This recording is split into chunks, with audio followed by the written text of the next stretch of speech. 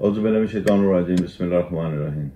رشتے کی بندش، چاہے لڑکا ہو یا لڑکی، اگر رشتے کی بندش ہے، رشتہ نہیں ہو رہا، کوئی نہ کوئی رکاوٹ ہے، تو آپ کے لیے ایک مختصر سا عمل بیان کر رہا ہوں، اسے آپ کریں، انشاءاللہ تعالی آپ کے معاملات میں آسانی پیدا ہوگی۔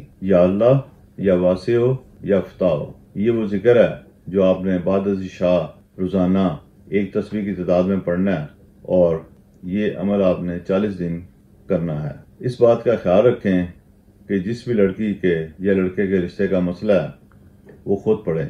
عام طور پر دیکھا گیا ہے کہ یہ ذمہ داری لوگ ماؤں کو دے دیتے ہیں۔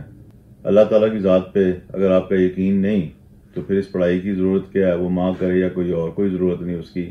اگر آپ کو اللہ تعالیٰ کے کلام پر یقین ہے اور آپ سمجھتے ہیں کہ اللہ تعالیٰ ہی مسبب الاسباب ہے اور وہی معاملات اور مشکلات کو حل کرنے والا ہے، تو پھر اس کا ذکر خود کریں اور صدقے دل سے دعا کریں ذکر کرنے کے بعد کہ اللہ تعالیٰ آپ کے معاملات میں آسانی پیدا کرے اور جو بھی رشتے میں آپ کی رکاوٹ آ رہی ہے اس کو دور فرمائے۔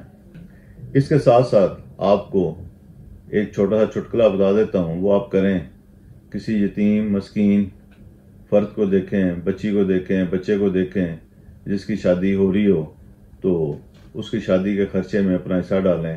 خاص طور پر بیٹیوں کے رشتے میں اگر حصہ ڈالیں تو زیادہ بہتر ہے، کیونکہ ہمارے یہاں جو جہیز کی لعنت ہے یا برات کے کھانے کی لعنت ہے، یہ بہت سے مسائل کا باعث بنتی ہے۔ بہت ساری بچیاں صرف اس لیے گھر بیٹھی رہ جاتی ہیں کہ کھانا کھلانے کے لیے پیسے جمع کرنے ہوتے ہیں تاکہ آنے والے جو گھر سے بھوکے آئے ہیں وہ کھانا کھا سکیں۔ امید ہے کہ آپ نے ان ہدایات پر عمل کیا تو اللہ تعالیٰ آپ کے لیے بھی آسانی پیدا کریں گے۔